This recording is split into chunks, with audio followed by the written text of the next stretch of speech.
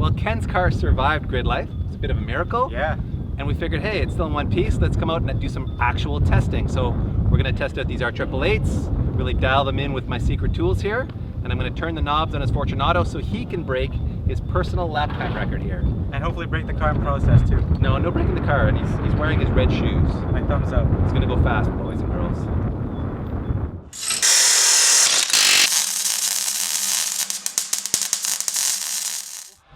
Ken was just trying to survive at grid life.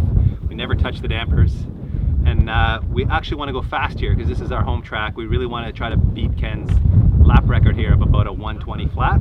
It'll be easy for somebody to beat that time. Yeah, well, this is Ken. So we're going to beat Ken's time with Ken driving. So for starters, I want to put the dampers, these Fortune Auto 510 coilovers, in the middle of their adjustment range, just to give us a baseline, and then we can start to adjust the handling from there. So these have 24 positions. I'm going to go to 12. That would be the middle, everybody. So you don't want to go past 24 or you could actually damage the valving. So you want to go full soft. You'll feel the dial stop. And then I'm going to go 12 clicks.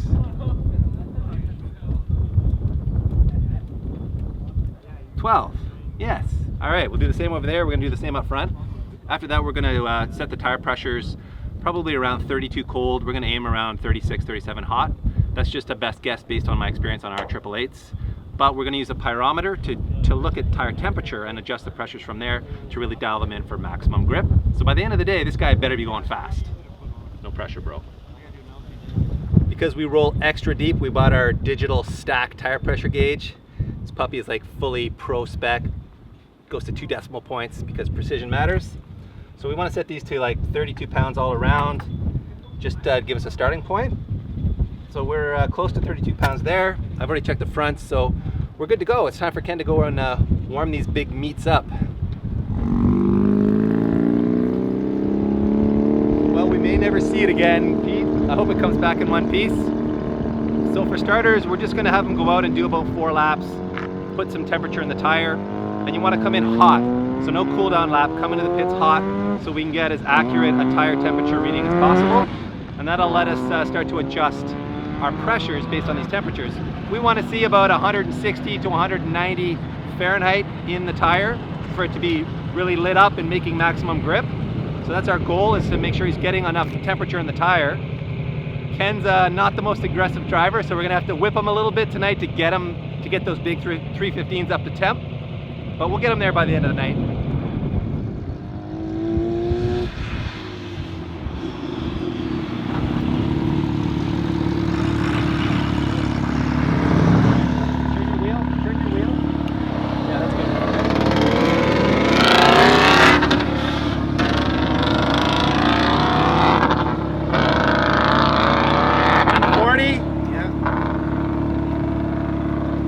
That was 142. Yeah. 165. Okay.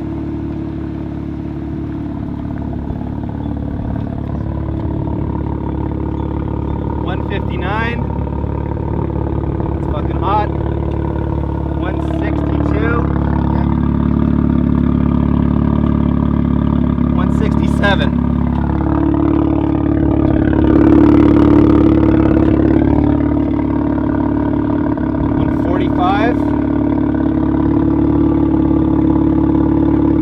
149, 161. Turn. It's okay, I get it. 123, 134, 160. All right. So you guys saw the temps. He's got more inside temp than outside temp, which is good. You actually want maybe 10 or 20 degrees more on the inside of the tire for maximum grip in the corners.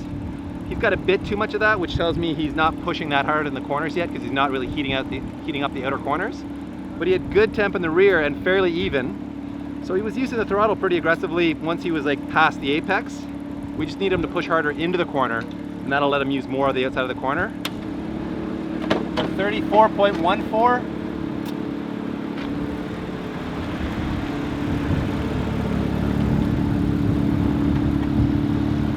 33.47.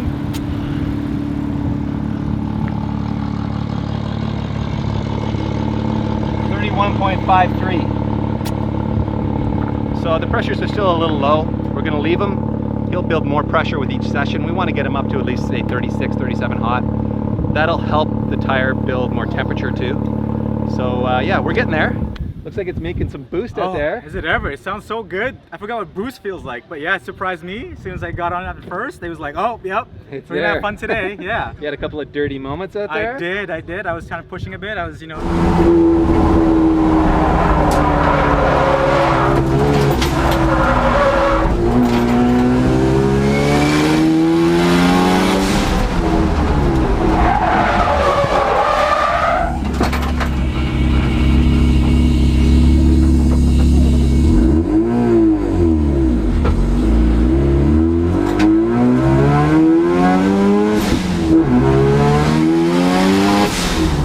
Broken. He needs more seat time with I the need new more pedals. seat time. Yeah. So how did the balance feel? The balance felt good until the tires got. I don't know if it was my driving, but it felt a bit. The back end was a bit easier to come out, especially turn one. But I think it's my driving though. Well, But there's yeah. that bump in the middle of turn Right. one that will really Yeah. upset the car. I was steering more to the left a bit and then turning in a bit later. Okay. So I was trying to avoid that. Hard to dodge that bump. Yeah. Okay. So, but we can maybe soften the rear up a bit. That'll 'cause I think that'll once- give it more compliance through that bump Yeah. and should give you more rear grip. So let's take 4 clicks out of the rear, see if that helps. We can also add some clicks to the front if you felt like the front was too active on the braking. Like were you bottoming the splitter out or anything I didn't like that? hear it. Nothing? No. Okay. Only after the chicane, perhaps. It's best to only tune at one end of the car Right. anyway. So let's start with the rear. Sounds good. So let's add some clicks. So we were at 12. We're gonna back it off to 8. 4 clicks out. With 24 positions, that's really a lot. I like to tune in, you know, a less fine increment than that. I find, you know, 1 click may not do a lot. So let's take 4 clicks out and really try to change the behavior of the rear damper so that Ken can come back and give me some feedback. 1 click at a time, probably not going to do that. So I would recommend maybe taking 4 clicks out at a time, just so you're making a big enough change that, you know, a guy like Ken with a fairly insensitive ass can feel what's happening. Is that from it being pounded too much? Oh man. Oh snap! Oh, Did snap. PT just go there? Did. All right. But the only person that goes there. Oh. So test session number 2. As you saw, we softened up the dampers, didn't touch the tire pressures. Basically, I want him to go for another 3 hot lap session. Try braking deeper. He's not using the brakes enough. We can see from the tire temperature data that he's not using the outside of the front tires much either. So he needs to come in hotter, brake harder, use all that front end grip. That'll get him down to the apex, and then he won't run out of track on the exit because he's been coming in too slow, getting on the power early and running out of exit room. So we're just trying to get him to be aggressive on the brakes here because this is really a braking track. Pros like us, PT, we know that the brakes are everything at the racetrack. Ken, we're Precisely. kind of You bringing got to him work up. that man up. We're psyching him up. Use the brakes, bro. Use the brakes.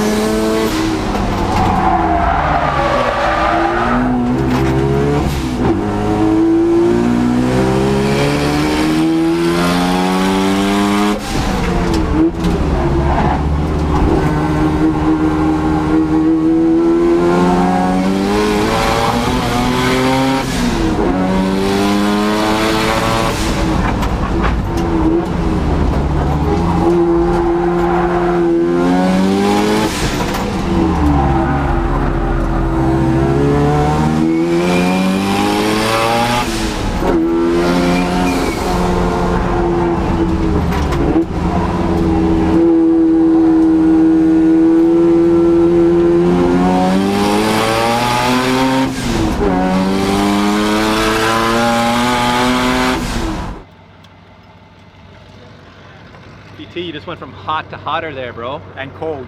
And cold. He's so cool. He's ice cold. And how did it go? Last time of the day, you looked like you were pushing hard. I was pushing hard. The car felt great, but for some reason, I'm still slow. Well, I wouldn't be too hard on yourself. You haven't driven in I'm pushing. Look at a the long turbo. time. It's glowing. I'm Yeah, pushing he is hard. pushing hard. I would say you're very close to your personal best in this car. It's not a bad thing. You've got different brakes. You're not used to manual brakes. Yep. You've got a completely different aero package. You haven't driven in years. So, you know, cut yourself some slack. The car feels great though. I don't know. There's more car than driver. That's all I gotta say. So if we have time, PT's gonna hop in, and maybe I'll put the pedals in. If I can fit. Yeah, we're gonna see if you'll fit in there. Yeah. And we'll have a good laugh if nothing else. Yeah, for sure. Let's put the big man in the clown car. But for sure, I can feel the difference between the blown coilovers and these Fortune Auto Coilovers. The car looks really stable out there. It looks a lot like of people it's have soaking told the me bumps it's up so well. smooth when they see it, when they see me coming behind them. No, it does look really well planted. And in that last session, was it feeling more confidence inspiring in terms of the tuning changes? It was. Like, I mean, the back end was starting to really step out, and I think I corrected my driving. So I think maybe. You were trail braking too much before? No, I actually did not trail brake anymore. Okay. I stopped that because these things lock with this. So I kept that in my mind. And I was very slow on the power, but I think it's just, I don't know, maybe I was still taking too much speed into the corner. Turn 1, Nemesis. Yeah, you like to use the outside, all of the outside, and another 10 feet. Yeah. All right, well, thank you, Toyo, for the R888s and Fortune Auto for the coilovers. The car looks like it's working well. We are going to go fast. Maybe it's PT's turn to prove that we're going to go fast. The car is running great, just driver tuning, but I think I'm going to be a builder rather than a driver, so I'll hand it off to these tame racing drivers. That's right, let's do it, PT. I gotta go drive a right-hand drive FD. I know you've had some practice. And of course, I am wearing a certified fire retardant tank top here. He's got SPF 160, so that counts as Yeah. heat retardant or some That's sort, right. right? Exactly. That's right, we're going to get chirped about safety, but at least he's got a helmet on. Come on, guys. It's not like rotaries get hot or anything. He'll be fine. And let's see, make sure my GoPro's on here, right? Yeah, I can do that for you. Just see if you can fit in here. I want to show the internet that all my chirping about not fitting is for real. Ah. Yeah, that's a tight fit. I'm not even gonna reach between your legs for the sub belt. That's all you, bud. Dude. This is gonna be Feeling comfy in there, PT? Ken, I don't want to say I'm driving a clown car here, but But you totally are. Yeah. Like Donkey Kart and a go-kart here. Donkey Kart. Donkey Kong and a go-kart. Flip up the Haltech. like, look at this. Oh yeah. How are those knees rubbing? Robin's racing, bro. I don't know how. Okay. Haltech, far left, far left. Give it a bit of gas.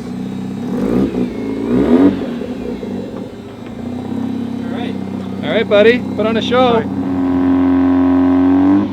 Well, he hasn't stalled it yet. That's a good sign. Oh.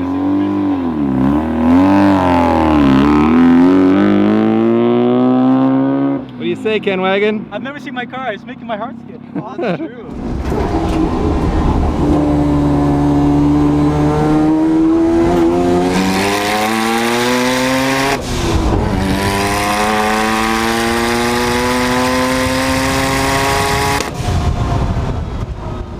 First off, I gotta say Ken's FD is an absolute riot to drive.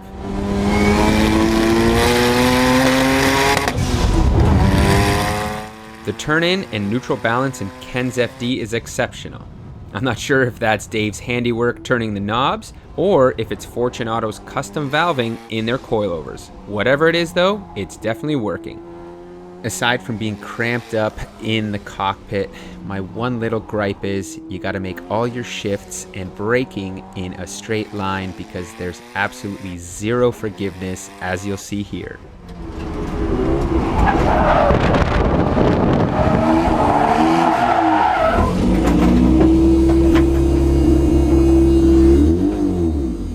And that's because the two-way diff locks instantly and throws you sideways, which isn't exactly easy to manage with 315 width Toyo R888s.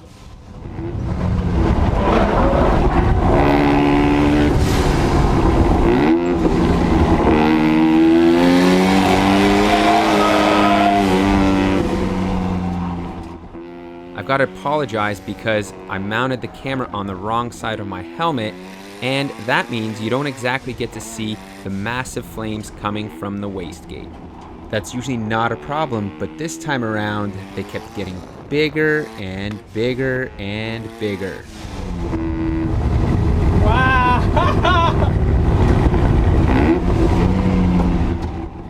So fearing that something may be broken, I decided to bring it in.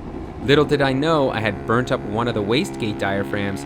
I guess that's what happens when you drive a rotary so hard when it's 35 degrees out. It's so tight, but man, it's a fun car.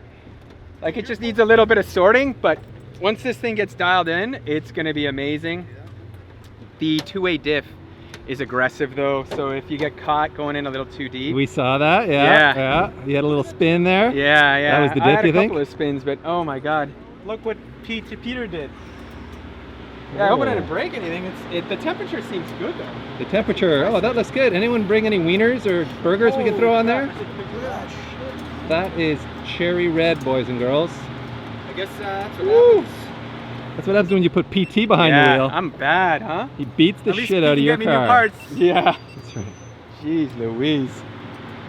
Wow. The balance was good. I mean, there's plenty of grip. It's just, it's a car that has been sitting for like, what, 2-3 years? Yep. It's been built. So it's got a bunch of sorting out to do with any race car like this. So you're thinking we need to loosen the diff up a bit? Yeah, I definitely think the diff needs to be loosened up. Obviously, yeah, driving like this is kind of tough for us. But, Yes, the clown car driving position needs to be fixed for sure. And you know, the flames kicking out at all times are a little worrisome to me. I'm like, is this car being broken? It Because psyched you out? it was just like throwing flames all the time. But I think we're seeing it now because it was darker. yeah, maybe. Yeah, or Peter broke my wastegates. Well, Well, the thing is, the boost didn't change, so it was pulling. Like, the car pulls great, and the diff is amazing because when you get on the power, it rotates well, and it's just super manageable. So I definitely like it for its forward motion. Yep. But the moment that you try to, like, I was too deep, you grab brake, and it's just rotating, and you're like, all right, I'll throttle this out, and then you want it to be like a drift car, but it's not like that. It's a little snappy. Yeah. Yeah, we can fix that up. Anyways, thumbs up. I guess that wraps this episode up, right? That's it, man. We broke Ken's car. It's time to go home.